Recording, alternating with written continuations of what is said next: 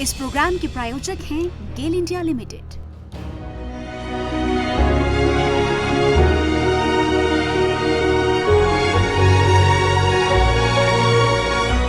जिनके त्याग और बलिदान की वजह से हमारे देश की दिशा और दशा तय हुई है। आज हमारे इस कार्यक्रम का तीसरा दिन है। सर्वप्रथम मैं हार्दिक रूप से आभार व्यक्त करना चाहूंगी हमारे सुदर्शन परिवार के मुखिया और सुदर्शन न्यूज के प्रधान संपादक श्री सुरेश चौहाड़के जी का, जिनके सानिध्य और संरक्षण में सदैव ये कार्यक्रम खास तौर से आयोजित होता रहा है। और इस कार्यक्रम के अंतर्गत हम हर वर्ष विशेष रूप से राष्ट्रीय व्याख्यान माला का भी आयोजन करते हैं। इस आयोजन के अंतर्गत हम देश विदेश के प्रख्यात विद्वानों को हमारे बीच बुलाकर अपने देश की दशा और दशा तय करने वाले उन महान विभूतियों को याद करते हैं, उनके शब्दों में स्वाधीनता की परिभाषा को समझने की कोशिश करते हैं जो आज के समाज के लिए नितांत आवश्यक है। इसी श्रृंखला में आज हमारे साथ मुख्य वक्ता के रूप में विशिष्ट मेहमान मौजूद हैं। मैं हार्दिक स्वागत करना चाहती हूं राज्यसभा सांसद और वरिष्ठ राजनीतिज्ञ श्री विनय सहस्त्रबुद्धे जी का। बहुत बहुत स्वागत है।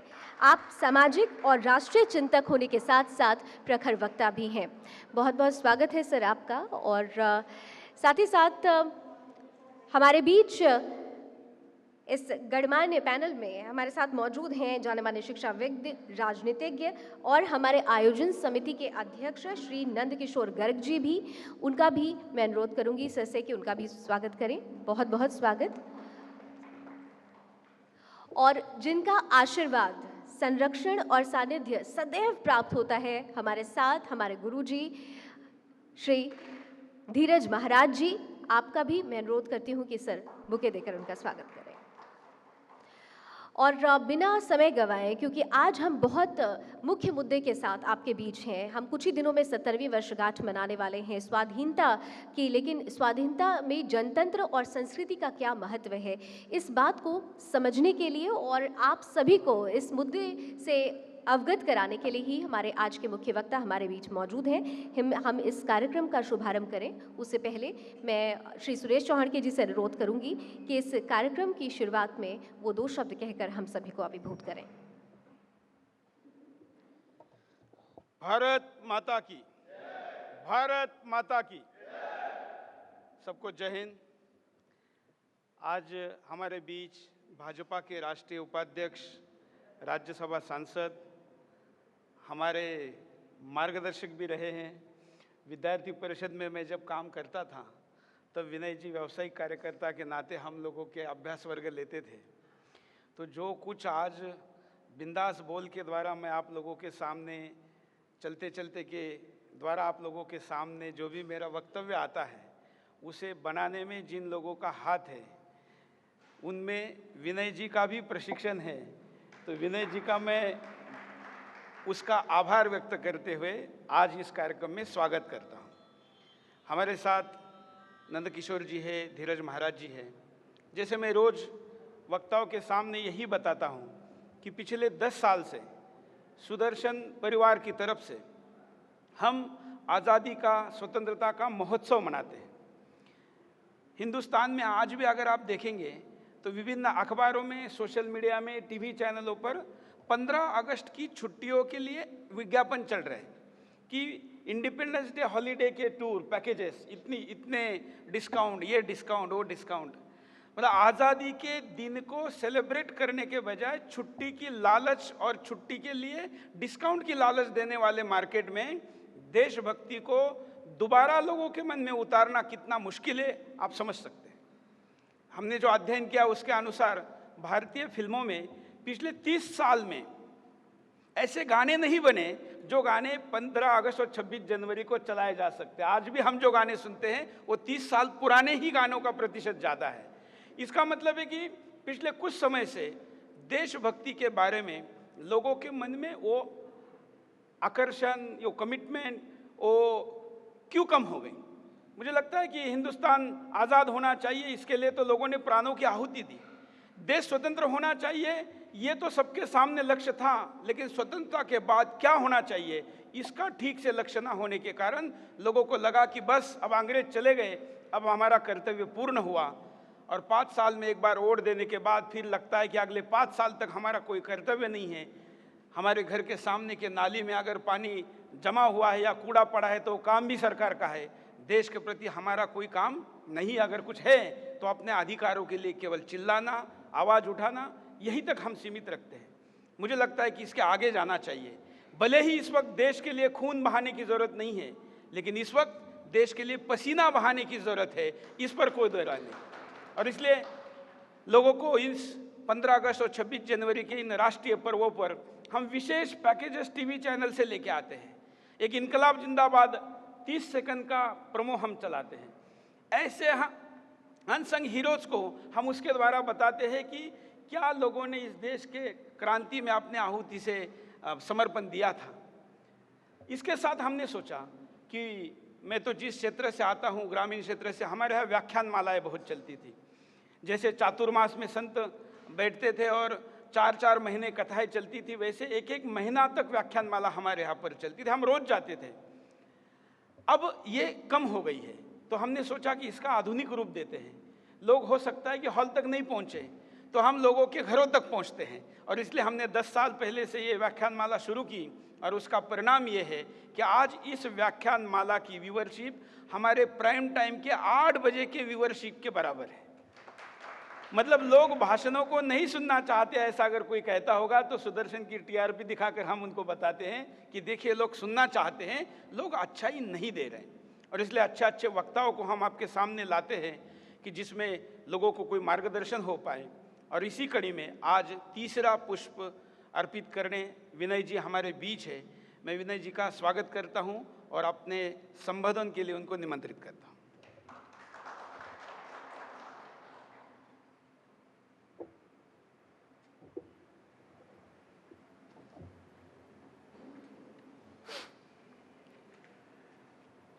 सुदर्शन टीवी के कर्ता धर्ता और पूरी सुदर्शन टीम के बहुत ही सफल और समर्थ कैप्टन हमारे मित्र श्री चौहान के जी, सुरेश चौहान के जी, आज के इस कार्यक्रम में इस स्वागत समिति के अध्यक्ष के रूप में उपस्थित वरिष्ठ सामाजिक राजनीतिक कार्यकर्ता माननीय श्री नंदकिशोर गर्ग जी, हमारे मध्य में उपस्थित आचार्य धीरज महाराज जी, और इस अनूठे व्याख्यानमाला में जो 10 साल चल रही है उपस्थित सभी भाइयों और बहनों, सबसे पहले तो मैं सुदर्शन टीवी को धन्यवाद इसलिए दूंगा कि 10 साल किसी चैनल के द्वारा एक व्याख्यानमाला का आयोजन करना ये कोई आम बात नहीं है। नॉर्मली चैनल्स को ये लगता है कि हम जो कहते हैं तो हम प्रबोधन कर ही रहे हैं, मगर दूसरे को बुला के और प्रबोधन अपने स्टाफ मेंबरों का और समाज के अन्य लोगों का भी करवाना, ये भी एक अपने आप में विशेषता है। और स्वाधीनता पर्व पर लगातार 10 साल ये करना, ये भी मैं मानता हूँ कि एक विशेष बात है और इसके लिए आपको मैं बहुत बहुत बधाई भी दूंगा। वैसे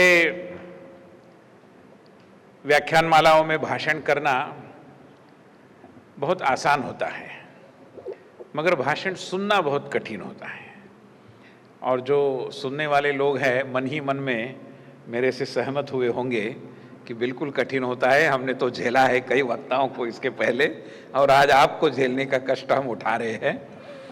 और जब मैं भाषण देने और सुनने की बात कर रहा हूँ तो मुझे एक कहानी याद आ रही है, जो शायद एक एनेक्डोट है, कोई सच्ची कहानी शायद नहीं होगी, मगर महापुरुषों से जुड़े हुई ऐसी कहानियाँ होती है, मगर बड़ा आनंद देने वाली एक व्यंग्यात्मक कहानी बहुत बड़े वैज्ञानिक अल्बर्ट आइंस्टाइन के बारे में बताते हैं। कहते हैं कि आइंस्टाइन साहब ने जब अपना रिलेटिविटी थियरी सिद्धांत जब विश्व के सम्मुख रखा तो यहाँ वहाँ से कोने कोने से उनको व्याख्यान के लिए निमंत्रण आते गए, और आज यहाँ, कल वहाँ, सुबह यहाँ, शाम को यहाँ व्याख्यान देते गए।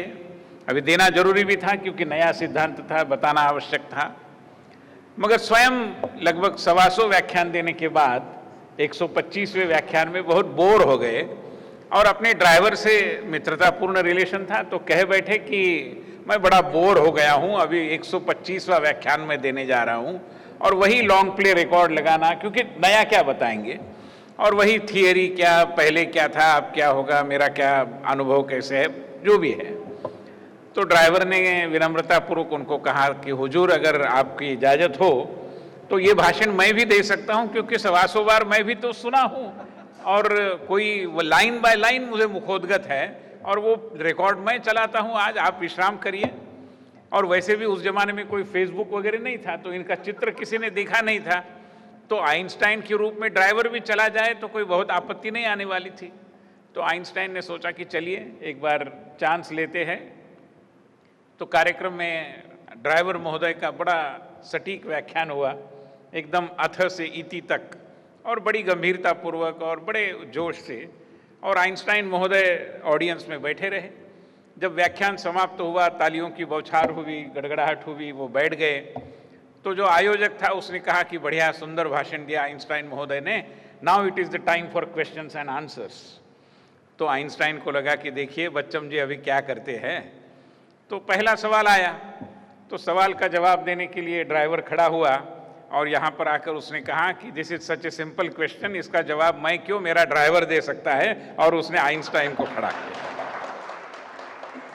तो कहने का तात्पर्य ये है कि भाषण देना बड़ा आसान होता है, सुनना बहुत कठिन होता है, और मैं इस कठिनाई को जानता हूँ, इसलिए मैं बहुत ज़्यादा लंबा भाषण करने की मुद्रा में नहीं हूँ।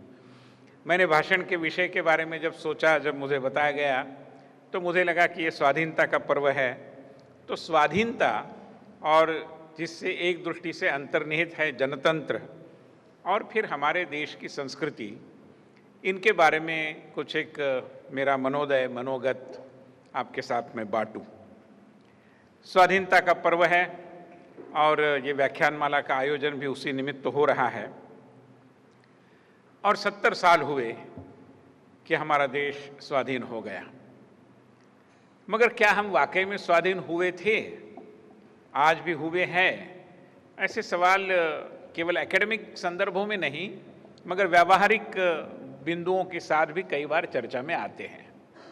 और मैं आपको बताना चाहूँगा कि जब इस देश में 2014 के चुनाव के पश्चात प्रधानमंत्री श्री नरेंद्र मोदी जी की सरकार आई, यानी सरकार आना ये तय हुआ, तब 18 मई को, 16 मई को परिणाम आ गए चुनावों के, 18 मई को गार्डियन नाम का ब्रिटेन का बहुत मशहूर समाचार पत्र है, उसने अपने एडिटोरियल में बहुत मार्मिक पद्धति से एक टिप्पणी की थी। एडिटोरियल में गार्डियन लिखता है कि perhaps now the Britishers will have to finally leave India. इसका मतलब यह है कि गार्डियन समेत कई लोगों को यह लगता रहा कि स्वाधीनता के बाद इतने साल हुए, 67-68 साल हुए थे 2 साल पहले, बावजूद इसके ब्रिटिशों के जमाने की राजनीति और प्रशासन नीति पर ही हम अमल करते थे। मगर अब पहली बार जो कांग्रेस की कोख से जन्मा नहीं है, ऐसा एक व्यक्ति इस देश का प्रधानमंत्री, और वो भी पूर्ण बहुमत के साथ। वैसे तो प्रधानमंत्री माननीय अटल जी भी बने थे, मगर बहुमत पूर्ण रूप में नहीं था, कई तरीके की विवंचनाएं थी, एक कोएलिशन गवर्नमेंट चलाने की बड़ी और कसरत उनको करनी पड़ी, और इसलिए अभी वो भी समस्या नहीं है। ऐसी स्थिति में अपनी ताकत पर अपनी बूते जो सरकार बनाने में सक्षम है, ऐसा एक प्रधानमंत्री कि जिसकी अपनी एक सोच है और जो एक विचारधारा अधिष्ठित राजनीतिक दल के नेता के रूप में उभर कर आया है, वो जब प्रधानमंत्री बन रहे हैं, तो अब ब्रिटिशों को इस देश से विदा होना ही पड़ेगा। तो ब्रिटिश चले गए थे, अंग्रेजी हुकूमत चली गई थी, मगर ब्रिटिश पना या ब्रिटिश सोच या ब्रिटिश तरीके सोचने के, ये शायद हम बहुत लंबे समय से और उनके साथ ही अपना गुजारा करते रहे, और हमारी प्रशासन नीति, शिक्षा नीति, हमारी सोच, इसमें सारा वही छाया रहा।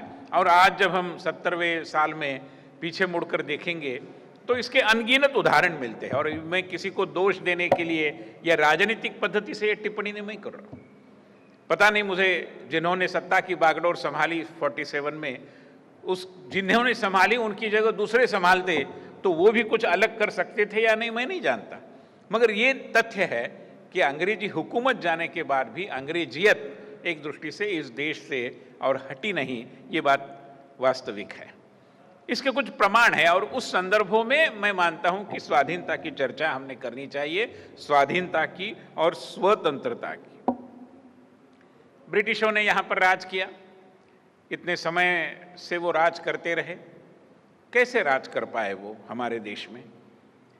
एक तो सबसे महत्वपूर्ण बात थी कि देश में जो एक अंतर्निहित सांस्कृतिक एकता थी, उसका जो राजनीतिक प्रशासनिक प्रकटीकरण स्वाभाविक रूप में होना चाहिए था, वो चूंकि ये देश विभिन्न सारे प्रिंसली स्टेट्स में बटा हुआ था, तो वो उभर कर आने में बहुत समय लगना था और उसके कारण भी ये देश उतनी एकता से, उतनी और एक पुरजोर ताकत से अपनी एकता का एहसास दिलाते हुए शुरू में ये कर नहीं पाया।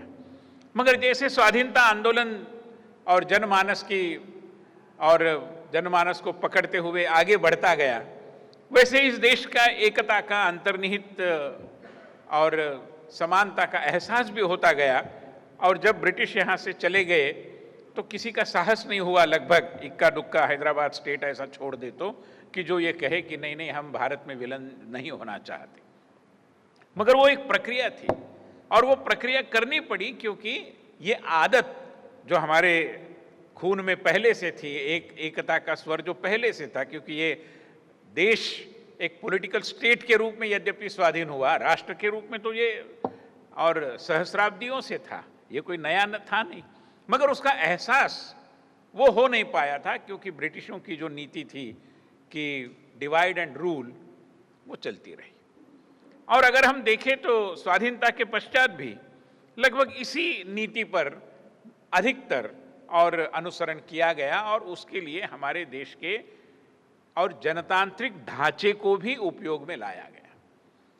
मैं आपको बताना चाहता हूं कि जो जनतांत्रिक ढांचा हमने स्वीकार किया, आप कॉन्स्टिट्यूएंट असेंबली के अगर मिनट्स जो है वो पढ़ेंगे, 1935 में 1935 में हमारे देश में पहली बार आम चुनाव हुए, विधानसभाएं चुनी गई, उस समय की नेशनल असेंबली चुनी गई जो आज लोकसभा कहते हैं हम, और एक भारत के प्रधानमंत्री के रूप में, यद्यपि स्वाधीन भारत के प्रधानमंत्री नेहरू जी बाद में बने, मतलब पहले से भी वो देश की बागडोर तो संभाल ही रहे थे।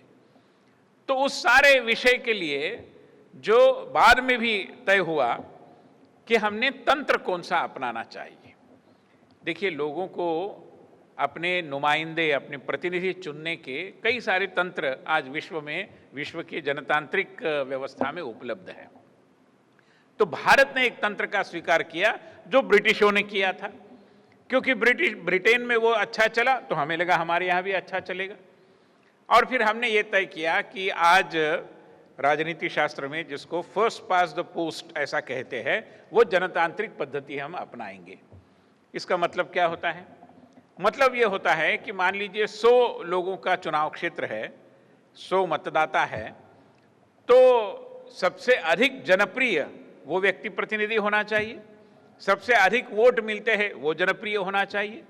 मगर सबसे अधिक की व्याख्या सही व्याख्या है कि जिसको 50 से अधिक वोट मिलते हैं वो प्रतिनिधि होना चाहिए।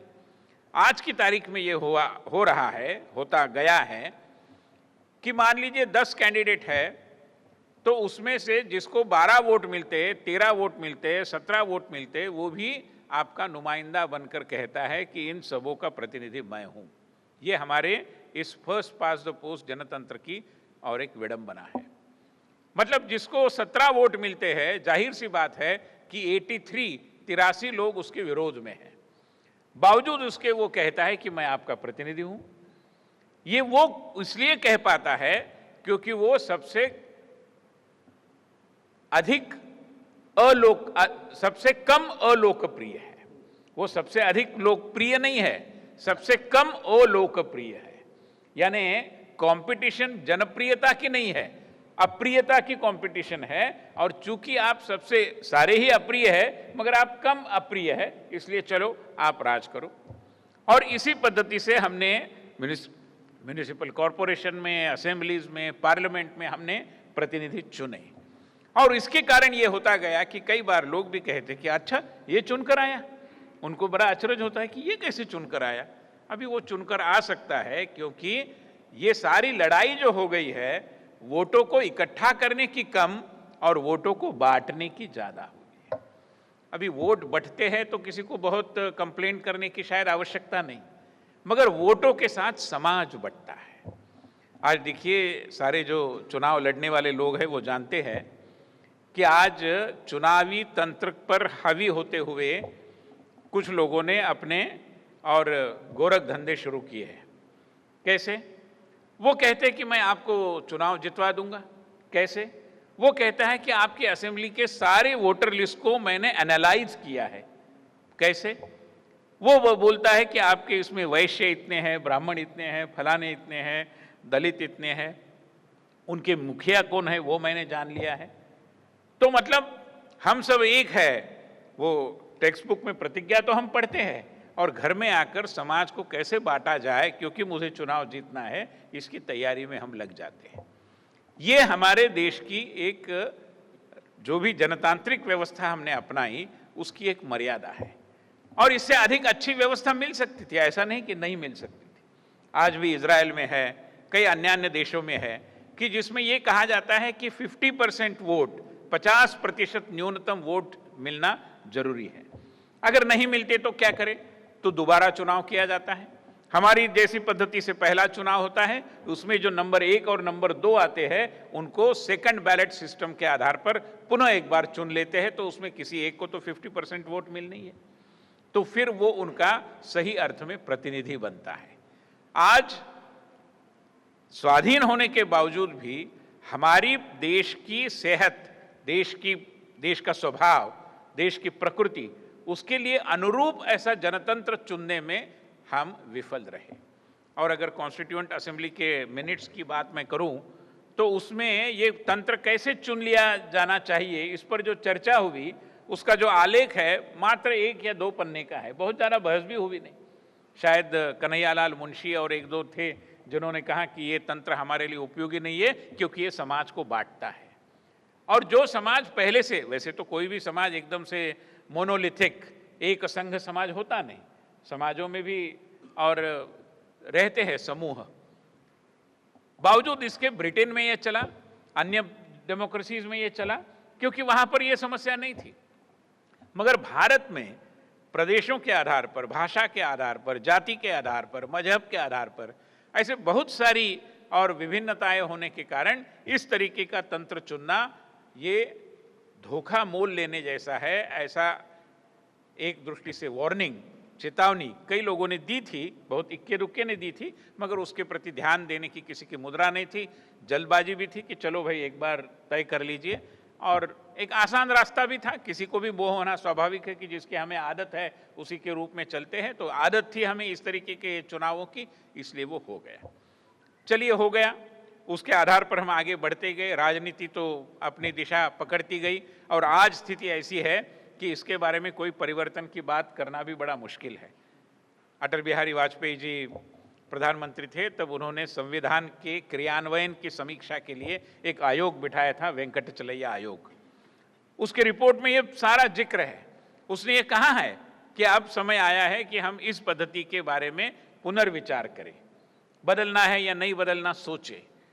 दूसरी एक सिस्टम होती है जो जर्मनी में है, कई अन्य देशों में है, जिसमें प्रोपोर्शनल रिप्रेजेंटेशन होता है। प्रमाण के अनुसार जितने वोट मिले उसके अनुपात में आपको प्रतिनिधि चुनकर देने का। आज जो एक विडंबना होती है ना कि पार्टी को वोट मिलते हैं 30% और उनके नुमाइंदे चुनकर आते हैं 15%, या कभी पार्टी को वोट मिलते हैं 15% और नुमाइंदे चुनकर आते हैं 32%।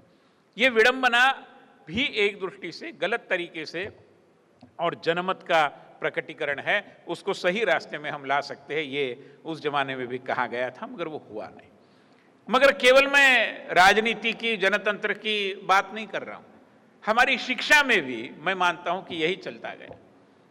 बाकी किसी अहरे गहरे की बात और किसी का हवाला देने का कारण नहीं है, मगर इस देश में संविधान बनाने का और सामाजिक एकात्मता और समानता का काम, सामाजिक न्याय का काम जिन्होंने बहुत बुनियादी तरीके से किया, ऐसे भारत रत्न डॉक्टर बाबा साहब अम्बेडकर जी ने भी उस जमाने से पहले से कहा था कि ये जो आर्यन इन्वेजन थियरी है कि आर्य बाहर से आए, ये एकदम से गलत है, बेबुनियाद है, इसका कोई आधार नहीं है।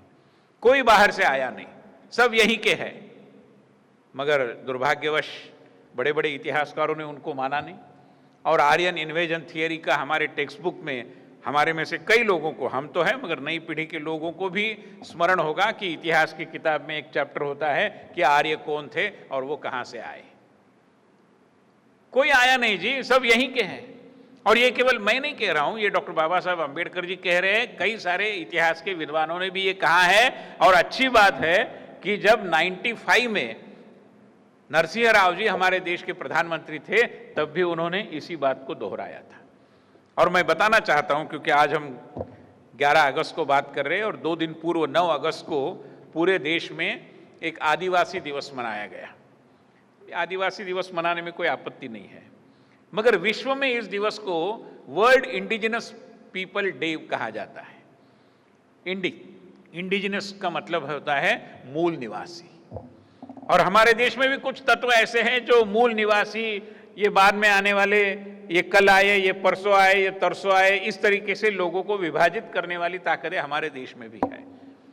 तो जब 95 में 1995 में जब इंटरनेशनली एक यूनाइटेड नेशंस ने आह्वान किया, सभी को अपील की कि पूरे विश्व में हम 1995 इस वर्ष को अंतर्राष्ट्रीय इंडिजिनस पीपल ईयर के रूप में मनाएंगे, तो भारत ने कहा, और उस समय पीवी नरसिंह राव हमारे प्रधानमंत्री थे, बड़ा सोच समझ कर निर्णय करते हुए उन्होंने कहा कि सॉरी, हम इस वर्ष को नहीं मनाएंगे क्योंकि इस देश में हर कोई नागरिक इंडिजिनस है।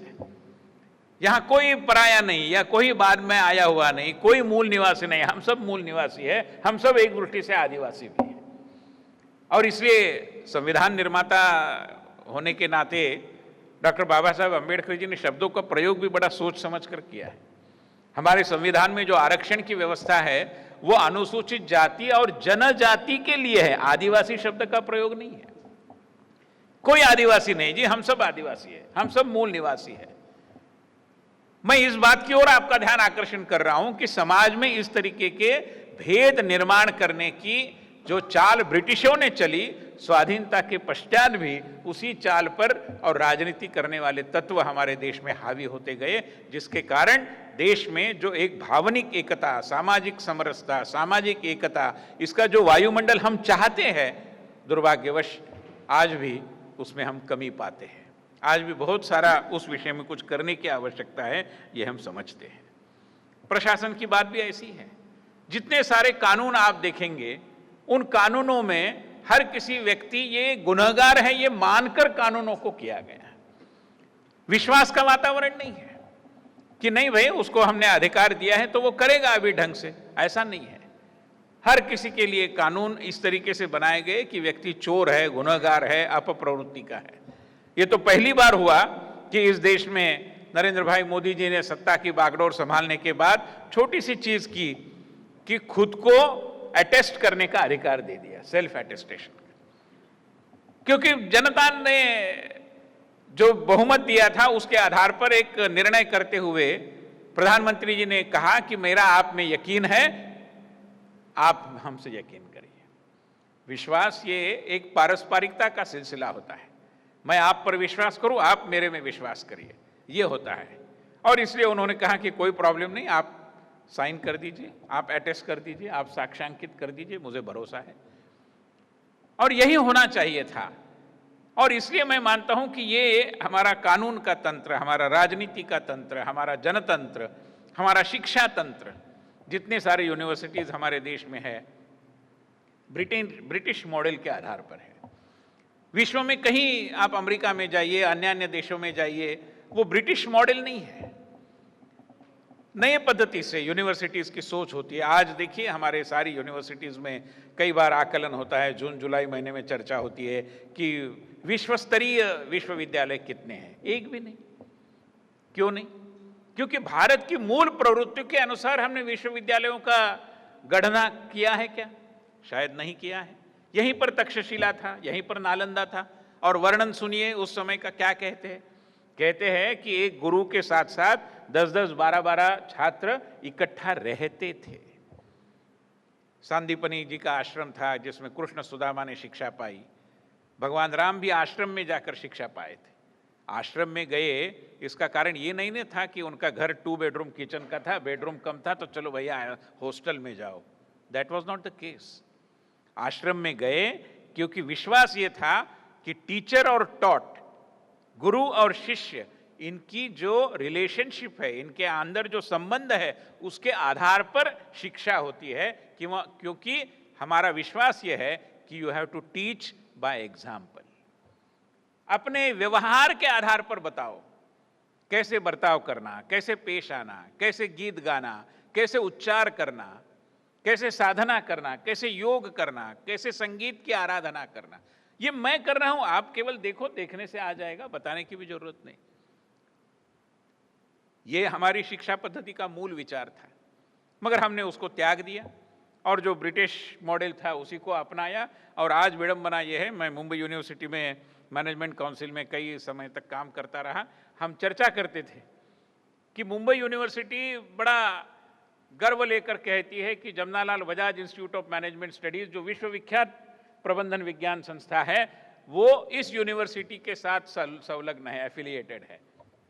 अच्छी बात है, मगर यूनिवर्सिटी का अपना प्रबंधन कैसे है? पूरा शैम्बल्स में है। कोई ठीक नहीं चलता, काम नहीं होता, पत्रों के जवाब नहीं मिलते, निर्णय समय पर नहीं होते। ये कैसी विडंबना है? और इसलिए हमारे देश की प्रकृति, पहचान, हमारे देश का स्वभाव स्वतंत्र होना यानी क्या है? वीर सावरकर जी ने कहा था कि स्वभाषा स्वभूषा दोनों का भी महत्व है। तो क्या हमने अपनी भाषा पर कोई गर्व किया? हमारी भाषा में सारी चीजें करेंगे, इसका आग्रह क्या हम रख पाए? अभी तो बहुत देर हो चुकी है, पता नहीं अभी हम कितना कर पाएंगे। मगर आप कोरिया में जाइए, जापान में जाइए, चीन में जाइए, लोग अपनी भाषा में व्यवहार करते हैं। अंग्रेजी की और हुकूमत वहाँ चलती नहीं। हम भी कर सकते थे उस जमाने में, अगर सोच बनती थी शायद। तो इसलिए स्वतंत्र का होना, स्वाधीन होना का मतलब है पहले तो स्व का परिचय होना, और स्व परिचय के आधार पर अपनी प्रकृति, अपना स्वभाव, अपनी रुचि, इसके आधार पर हमारे लिए सुयोग्य व्यवस्थाओं का हमने निर्माण करना। आज दुर्भाग्यवश स्वाधीनता के इतने साल होने के पश्चात भी जो करना चाहिए था हम कर नहीं पाए थे। मैं मानता हूं कि अब एक नई सुबह हुई है और इस दिशा में कदम आगे बढ़ाने वाली शासन व्यवस्था भी है। लोगों में भी मैं चेतना देखता हूं, और केवल मैं किसी राजनीतिक दल के प्रतिनिधि के रूप में यहां पर नहीं बोल रहा हूं, एक आम नागरिक के रूप में मैं देखता हूं कि लोगों के अंदर अभी वो चेतना है, विश्वास है। अब तक एक निगेटिविज्म का वातावरण चला, कुछ नहीं होगा, सारे चोर हैं, यही रिफ्रेन रहा, यही बातें हम करते रहे। अब लोगों को लगता है नहीं नहीं कुछ होगा, क्योंकि चिंता करने वाली और कोई भी निजी एजेंडा जिनका नहीं है, स्वार्थ नहीं है, बेदाग पद्धति से काम कैसे किया जा सकता है, जिसका उदाहरण जिन्होंने प्रस्तुत किया है, ऐसे लोगों की सरकार आज देश में है।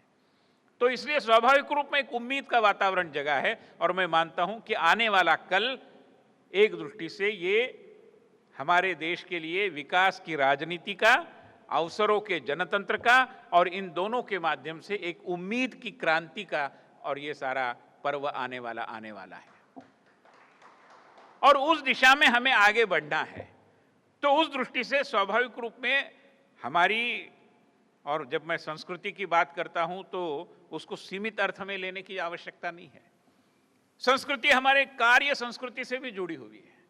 हम काम की ओर कैसे देखते हैं, वर्क इज वर्शिप, ये तो हमने ब्रिटिशों ने शायद सिखाया होगा, क्योंकि अंग्रेजी में ये मुहावरा है, मगर पहले से तो हम कर्मयोगी हैं।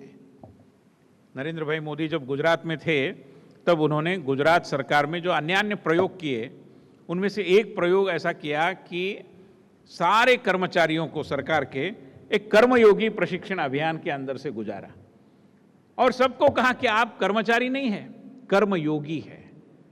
और इसलिए सबको एक मुखोद्गत किया, कंठस्थ किया एक गीत, मनुष्य तू बड़ा महान है, भूल मत। कितना महत्वपूर्ण गीत है। हम अपनी महानता को ही भूल जाते हैं। अरे मैं क्या लोअर डिवीजन क्लार्क हूं, अरे नहीं भैया, आप कर्मयोगी है, आप जनता के सेवक हैं। तो चेतना बनती है, और कहने वाले के शब्दों में जब ताकत होती है तो संदेह का वातावरण भी मिट जाता है।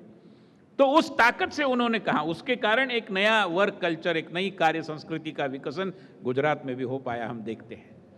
तो ये हमें कार्य संस्कृति की, अपनी सोच की, अपने आकलन की सारी मर्यादाओं को और छोड़ते हुए हमें एक नए और नागरिक संस्कृति का यहां पर सृजन हो, इसके लिए कोशिश करनी पड़ेगी। मोदी जी बहुत सही कहते हैं कि विकास ये कोई सरकारी कार्यक्रम नहीं है, विकास एक जन आंदोलन है। सरकार केवल विकास करेगी संभव नहीं है, सभी के अंदर ये ऊर्जा बनेगी और उस ऊर्जा का हम एक जैसे कंटैगियस पद्धति से एक से दूसरे को अगर वो ऊर्जा का हम एक दृष्टि से वितरण करते हैं, तब जाकर के ये वायुमंडल बनेगा। हमारे देश में अभी मुद्रा योजना जैसी योजना है, स्टार्टअप स्टैंडअप जैसे कैंपेन है, और देश का उपेक्षित अनुसूचित जाति का वर्ग भी उद्यमशील बनने की दिशा में आगे बढ़ रहा है। और मैं कई बार कहता हूं कि ये जो बदला हुआ वायुमंडल है, एक दृष्टि से उसका रिफ्लेक्शन लिटरेचर में, थिएटर में, फिल्मों में दिखाई देता है, क्योंकि उनका काम ही वही है। और आपने देखी नहीं होगी तो एक दो फिल्मों का मैं जरूर जिक्र करूंगा। एक मसान नाम की फिल्म कुछ महीनों पहले आई थी, नीरज घायवान करके एक बहुत युवा निर्देशक है, और ये फिल्म वाराणसी के एक परिवार की है जो डोम राजा के व्यवसाय के साथ, मतलब जो लाशों को और चिता में ढकेलने का काम करते हैं वाराणसी के घाटों पर, गंगा के किनारे, उस परिवार से आया हुआ एक युवा कैसे परिवर्तन के सपने को लेकर आगे बढ़ता है और उस जिंदगी को त्याग कर एक अच्छी जिंदगी जीने की दिशा में कैसे परिवार के साथ आगे बढ़ता है, इसकी बड़ी रोचक कहानी है। एक नील बटे सन्नाटा नाम की मूवी आई थी, वो भी एक लड़की की एस्पिरेशन को दिखाती है कि जो छोटी लड़की है, उसकी माँ घर में बर्तन मांजने का काम करती है, काम वाली बाई है, वो कभी पूछती है अपनी बच्ची को तुम क्या बनना चाहती है, वो बोलती है कि क्या बनूंगी मैं, डॉक्टर की बेटी डॉक्टर बनती है, इंजीनियर की इंजीनियर बनती है, राजनीतिक की राजनीति में जाती है, मैं काम वाली की लड़की, मैं काम वाली बनूंगी। तो उसको एकदम से शॉक लगता है, शॉक ऑफ द डे, कि इतनी संकीर्ण इसकी मानसिकता कैसी है, ये सपने क्यों नहीं देख पाती। और वो सपने देख पाए इसलिए ये महिला क्या क्या करती है, वो स्वयं 10वीं की कक्षा में जाती है, उसके साथ कॉम्पीट करती है, मैथमेटिक्स में अपने अंक निकालती है, धीरे धीरे उसके अंदर वो प्रदीप्त होता है एस्पिरेशन, और वो IAS बनती है। उसकी वो रोचक कहानी। ये क्यों हो रहा है? और इसलिए मैं कहता हूं कि ये अवसर का जनतंत्र आया है, हर किसी को अवसर है, कोई आपके रास्ते में रुकावट नहीं डाल पाएगा। अगर आपके अंदर उम्मीद है तो सरकार तो सुविधाएं ही केवल दे सकती है, सरकार आपको मतलब पानी तक ले जा सकती है, पीने का काम तो आपका है। तो ये जो बदला हुआ वायुमंडल है, इसको और अधिक ताकत देते हुए मैं मानता हूं कि हमें एक नई संस्कृति का सृजन करना पड़ेगा। मगर इसमें, और वो अंतिम बिंदु बताकर मैं अपनी वाणी को विराम दूंगा, वो है संवेदना। देखिए, हम दिल्ली में बैठते हैं, नोएडा में घूमते हैं, मुंबई में रहते हैं, हम बड़े भाग्यशाली लोग हैं, और समाज में एक अभागी वर्ग बहुत बड़ी संख्या में है कि जिनको ये सारी सुविधाएं मिलती नहीं। वो अपनी रोजमर्रा की जिंदगी बड़े संघर्ष से, बड़े कष्ट से बिताते हैं।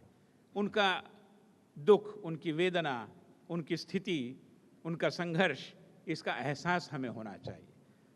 आरक्षण की व्यवस्था तो एकदम सही व्यवस्था है, वो होनी ही चाहिए, मगर आरक्षण, जैसे मैं कई बार कहता हूं कि हमारे दिल में अगर जगह नहीं है समाज के उपेक्षित बंधुओं के लिए, तो आरक्षण व्यवस्था जितनी सफल होनी चाहिए उतनी नहीं हो सकती। और इसलिए हमारे दिल के परिवर्तन के आधार पर, और जिसका मतलब इमोशनल इंटीग्रेशन से है, ये सारा जो हमारा उपेक्षित समुदाय है, जितनी भी जातियां है, जनजातियां है, या हमारे नॉर्थ ईस्ट के बंधु हैं, हमें पूछ रहे हैं हम आपके हैं कौन, और इसका जवाब हमें देना पड़ेगा, और वो जवाब हमारी कृति से देना पड़ेगा। और इससे जुड़कर एक कहानी हमारे पुराणों में बताई जाती है, जो इस एकता के मंत्र को एक दृष्टि से हमारे मन और मस्तिष्क तक लाने में बड़ी कारगर साबित होती है। कहानी एक पंछी की है। ये एक भारुंड नाम का पंछी है, काल्पनिक है, हाइपोथेटिकल है।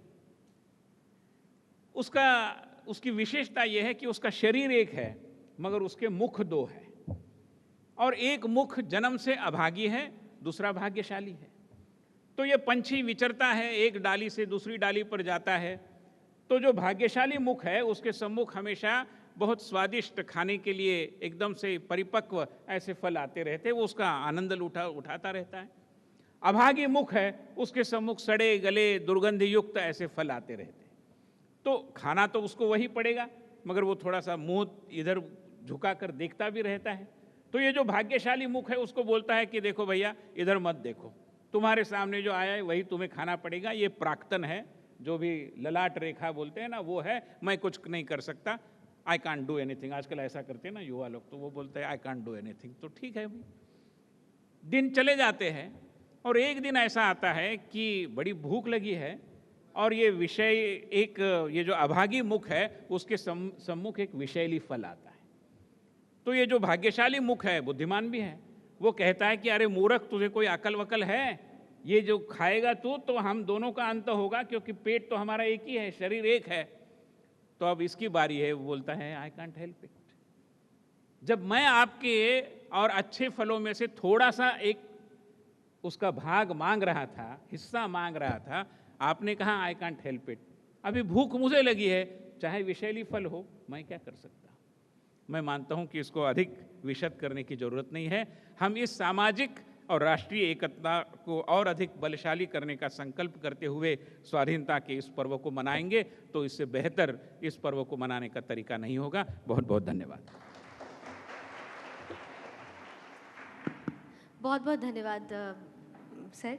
और बहुत ख़ास बात आपने कही कि हम स्वाधीनता का आनंद तभी ले सकते हैं जब हम अपनी संस्कृति के बहुत करीब जाएं और जब हमारे अंदर संवेदनशीलता हो। सर एक्चुअली हमारे यहाँ, क्योंकि ये मानव मन है, बहुत सारी जिज्ञासाएं यहाँ पर हैं, उसका मैं चाहूँगी कि आप उसका समाधान भी करें। आप में से कुछ लोग जो प्रश्न करना चाहते हों विनय जी से। जी हाँ सर। सबसे पहले मैं आपको प्रणाम करती हूँ, और क्योंकि आप बहुत ही दिनों के बाद आज इतनी खूबसूरत और इतनी अर्थपूर्ण हिंदी सुनने को मिली है, बहुत ही अच्छा लगा।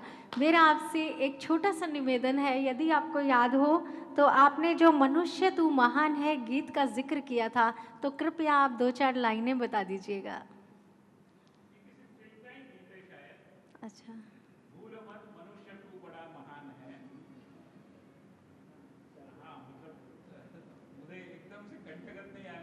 जी जी, कोई बात नहीं, आपने याद दिलाया, इसके लिए धन्यवाद। हम पूरी उसको कोशिश करेंगे, कहीं से ढूंढ कर सुनेंगे।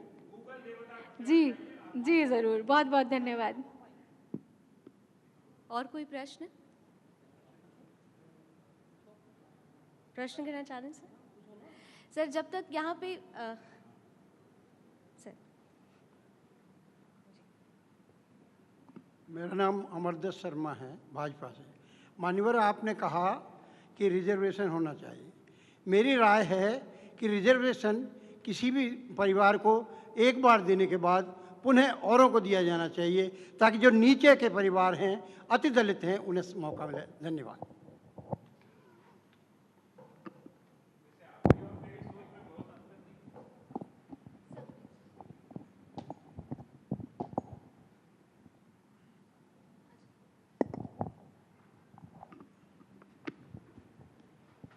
रिजर्वेशन की व्यवस्था को और अधिक अच्छा किया जा सकता है, मगर होना नहीं चाहिए ऐसा तो किसी का मत नहीं है, आपका भी नहीं है।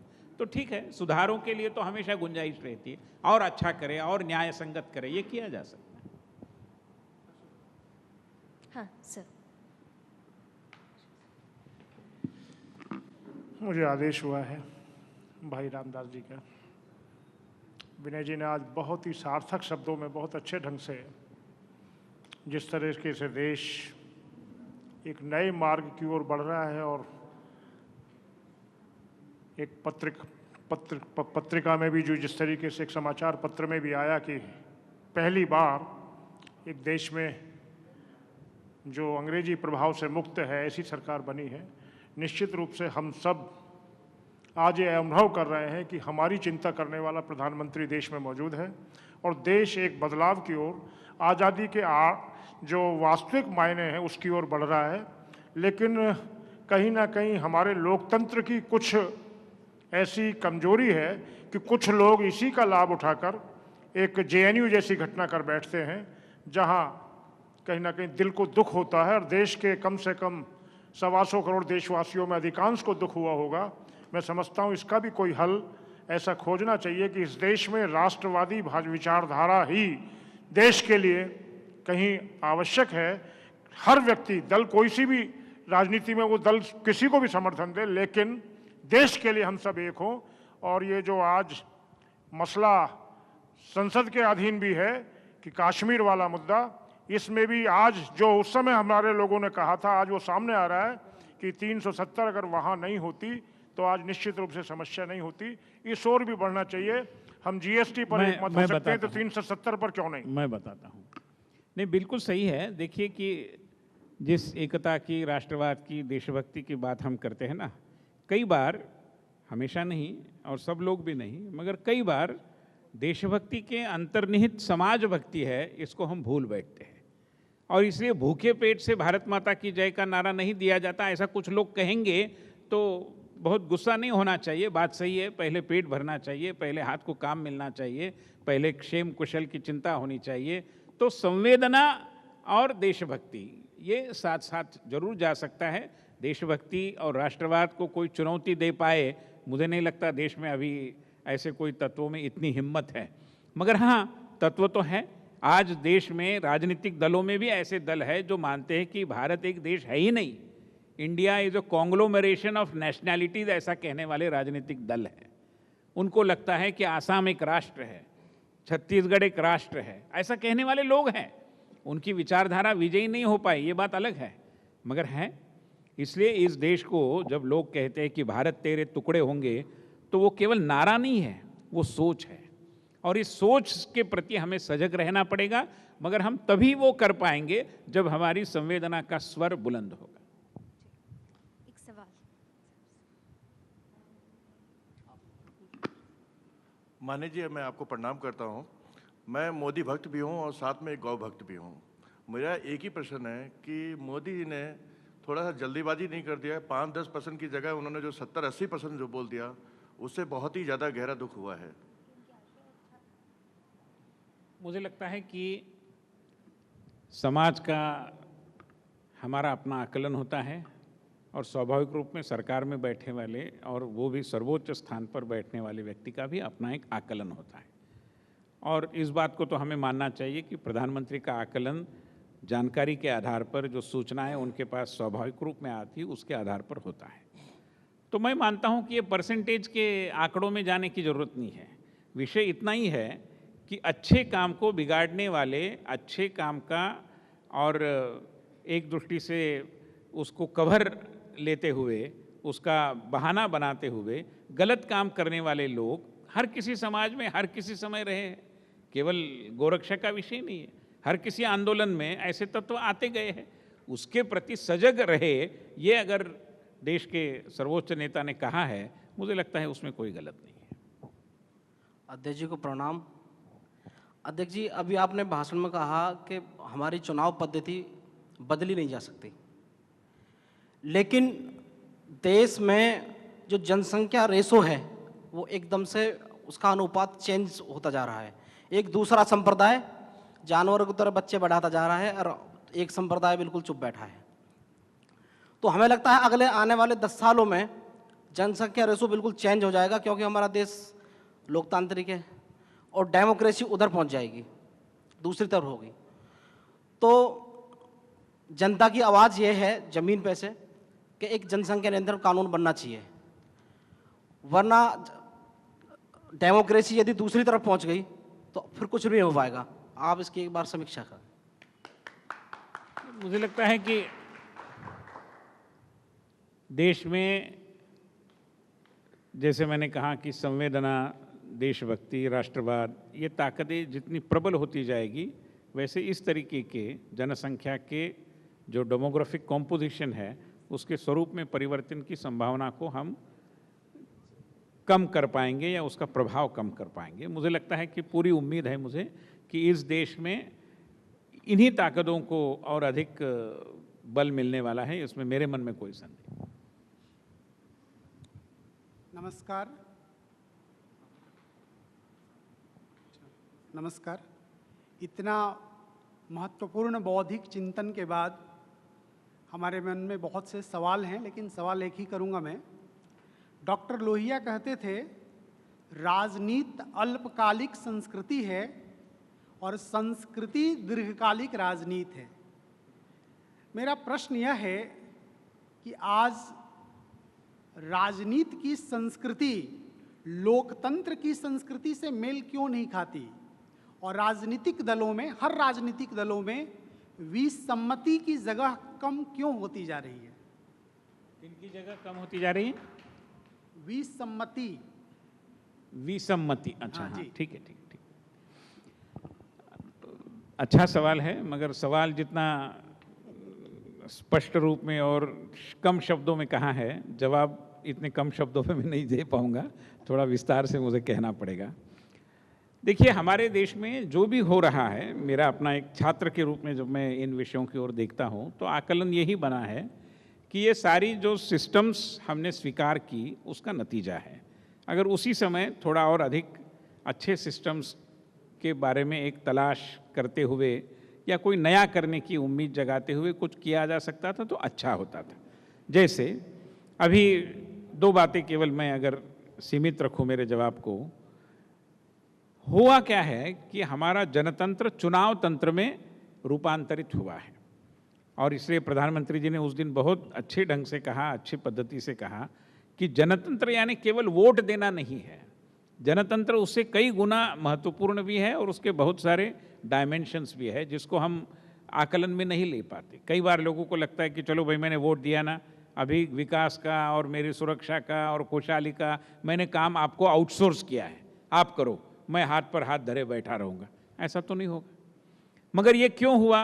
क्योंकि हमारा जो तंत्र है उसने यही भावना को एक दृष्टि से विकसित किया, वोट दो बाकी सब मैं करूँगा।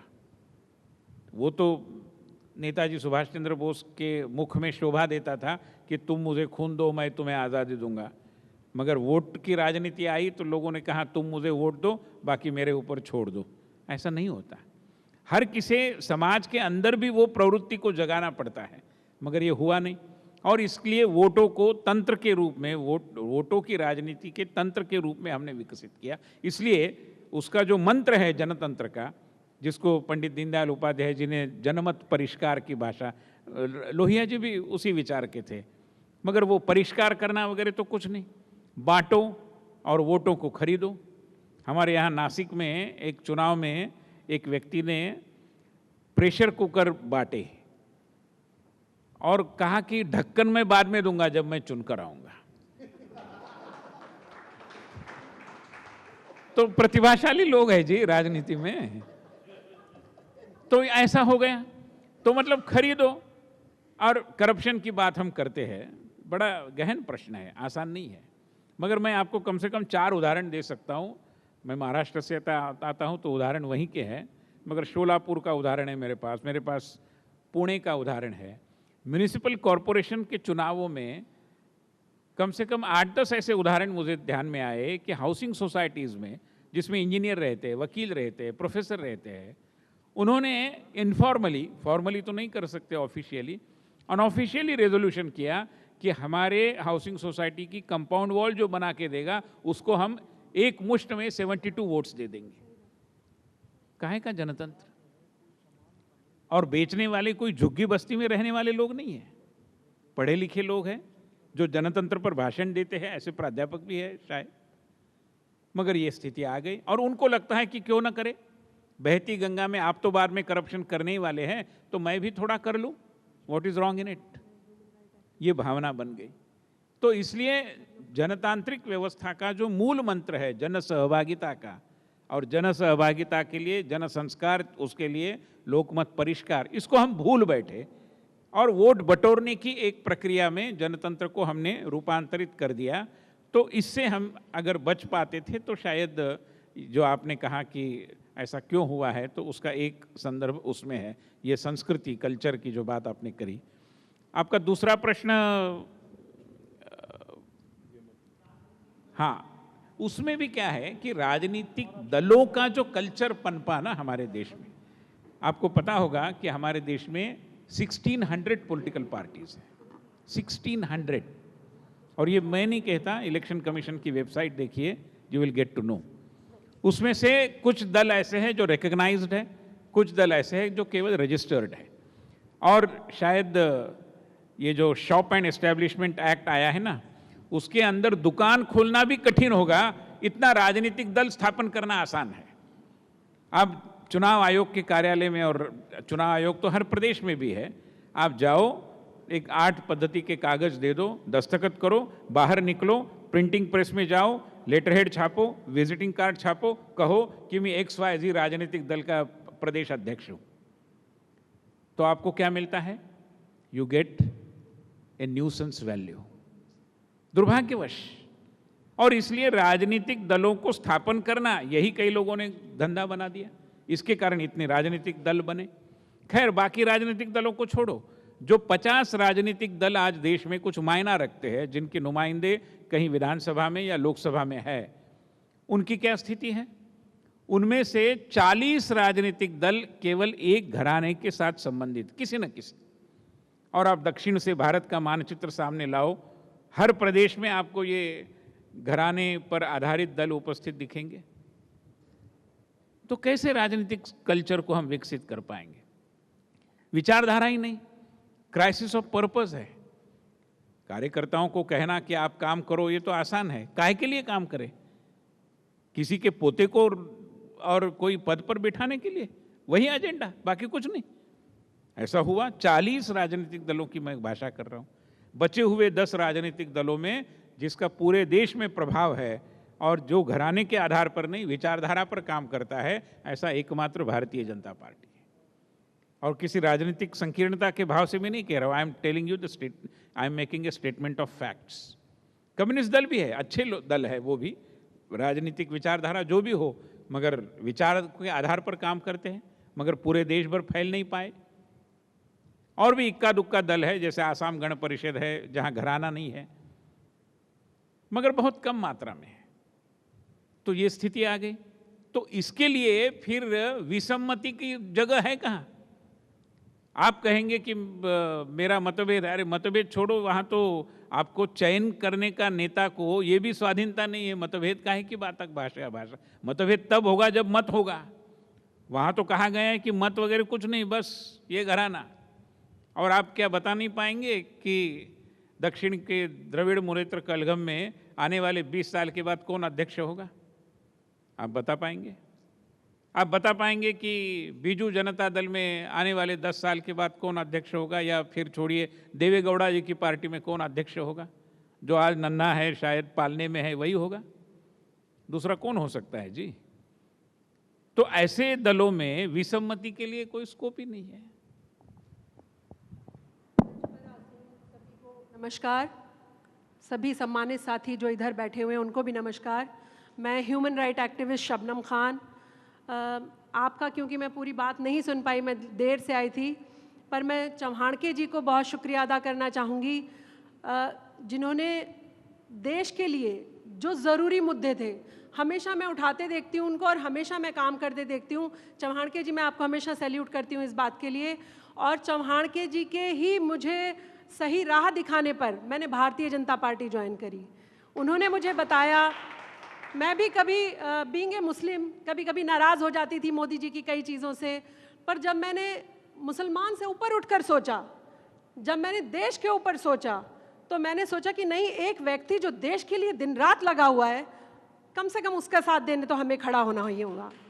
और क्या हम ऐसे लोगों के साथ रहें जो जाके JNU में कन्हैया के साथ खड़े हो जाते हैं, जो देश के टुकड़े होंगे इंशाल्लाह वालों के साथ खड़े हो जाते हैं? तब मेरा एकदम विचार बदला और उसका सारा श्रेय चौहानके जी को जाता है। मैंने भारतीय जनता पार्टी ज्वाइन करी और आज मैं मोदी जी के कंधे से कंधा मिलाकर चले। मेरी हैसियत उतनी नहीं है, लेकिन जितना भी मुझसे बन पड़ेगा मैं हमेशा आपके साथ हूँ। और चौहानके जी, आपके साथ तो मैं बहुत सालों से काम कर रही हूँ और हमेशा साथ रहूँगी। जय हिंद, जय भारत। बहुत बहुत शुक्रिया आप सभी। गणमान्य हमारे अतिथि हैं, हमारे प्रखर वक्ता, उन्होंने आपकी जिज्ञासा को एकदम पूरी तरीके से ख़त्म कर दिया होगा। और अब मैं अंत में कार्यक्रम का समापन करते हुए हमारे स्वागत समिति के अध्यक्ष श्री नंदकिशोर जी से कहूँगी कि वो हमारे आज के अतिथि का आभार व्यक्त करें। डॉक्टर विनय सहस्त्रबुद्धे जी, जैसा नाम है, सहस्त्र बाहु तो सुने ना, सहस्त्रबुद्धे, तो विनय भी हैं, विनम्र हैं और भारत की स्वतंत्रता और संस्कृति के अंदर जितने आयाम हो सकते हैं। मैं भी एक विद्यार्थी हूँ इस सारी इसका, और स्वतंत्रता के बाद के जन्म वाले लोगों में हूँ, और मेरा परिवार उस क्षेत्र से उजड़ के आया था जिसको आज पाकिस्तान कहते हैं। इसलिए स्वतंत्रता आज भी अधूरी है। जो अटल जी की एक कविता थी, उसको याद करके जब मैं कई बार सोचता हूँ या प्रश्न पूछना चाहता हूँ किसी भी पॉलिटिशियन से, क्योंकि डायरेक्ट चुनाव लड़े हुए इन लोगों में से शायद 7 बार मैं ही बैठा हूँ जिसने स्वयं चुनाव लड़ा है। और जो कुछ विनय जी बता रहे थे, चुनाव लड़ने वाले को वो सारे ही गलत काम ठीक काम करने पड़ते हैं, और उसके बावजूद ये राजनीति 16 बार संसद का चुनाव हो चुका है, और इससे पहले 1935 से। तो मेरा संस्कृति के आधार पर एक प्रश्न मैं आप लोगों से सोचता हूँ, पूछना चाहूँगा कि भारत की आज़ादी 15 अगस्त को हम बताते हैं, इसके पीछे एक जो मैंने थोड़ा अध्ययन किया, तो 15 अगस्त क्यों या 26 जनवरी क्यों, इनका प्रश्नों का उत्तर कोई भी जो राजनीतिक प्राणी है उसको मिलना चाहिए और सरकार को देना चाहिए।